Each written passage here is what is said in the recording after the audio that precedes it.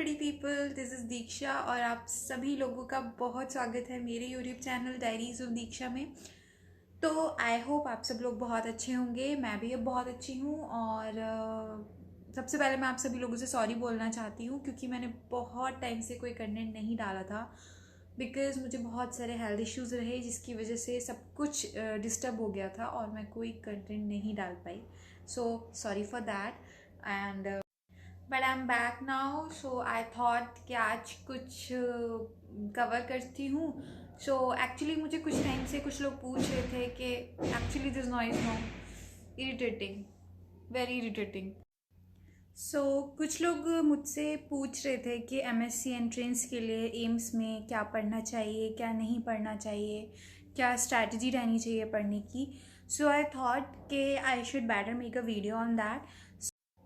तो जो सबसे पहली चीज़ जो मैं आप सबसे कहना चाहती हूँ कि आप सभी लोगों को पहले खुद की स्ट्रैटेजी फॉलो करनी चाहिए। जो भी आप जिस तरीके से भी आप अच्छा कर सकते हैं, जो भी आप अच्छे तरीके से पढ़ सकते हैं, जो भी चीज़ आपकी स्ट्रॉन्ग है, make that more stronger.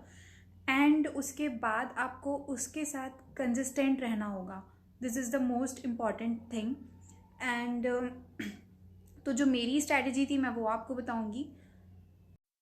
So if I talk about my strategy and my story of AIR 7, so I'll begin by saying that when I decided to give the exam of MSc entrance, from that day onwards, I decided that I'll secure a rank in top 10 only, and this journey began with this decision only.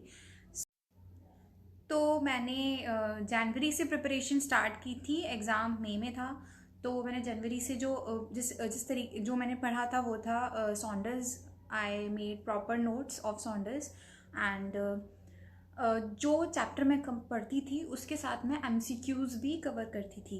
And ये मैंने college भी चल रहा था उस time पर, तो college का और ये दोनों मैंने साथ साथ मैनेज किया।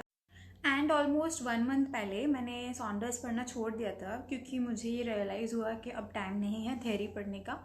सो मैंने सॉन्डर्स पढ़ना छोड़ दिया था और फिर उसके बाद मैंने सिर्फ 2 बुक्स रेफ़र की थी and that is PR Yadav and target high. तो मैंने पीआर यादव और टारगेट हाई को मैंने एक दिन में अराउंड 1000 या उससे ज़्यादा हो जाए तो बेटर है, वो मैं क्वेश्चंस करती थी और जो मुझे नेक्स्ट डे करना है वो मैं एक दिन पहले ही डिसाइड कर लेती थी कि हाँ मुझे ये पढ़ना है। And the most important thing is कि जो भी मैंने स्ट्रैटेजी बनाई थी अपनी, मैं उसके साथ कंसिस्टेंट थी। That is very important in achieving any thing. Be consistent and time management is very important. और साथ ही साथ आपको डिसाइड कर लेना चाहिए, मतलब ये नहीं कि आप पहले से ही अपना टाइम टेबल बना लो और हर डे वही फॉलो करो।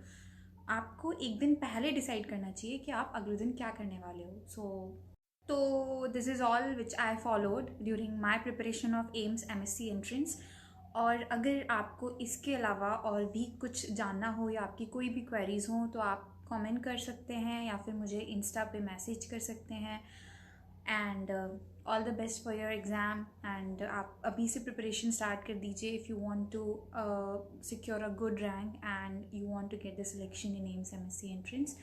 सो ऑल द बेस्ट। और अब सबसे ज़रूरी बात, तो अगर आप लोगों ने मेरे चैनल को सब्सक्राइब नहीं किया है तो सबसे पहले जाके मेरे चैनल को सब्सक्राइब कर लीजिए और इस वीडियो को लाइक एंड शेयर ज़रूर कीजिएगा।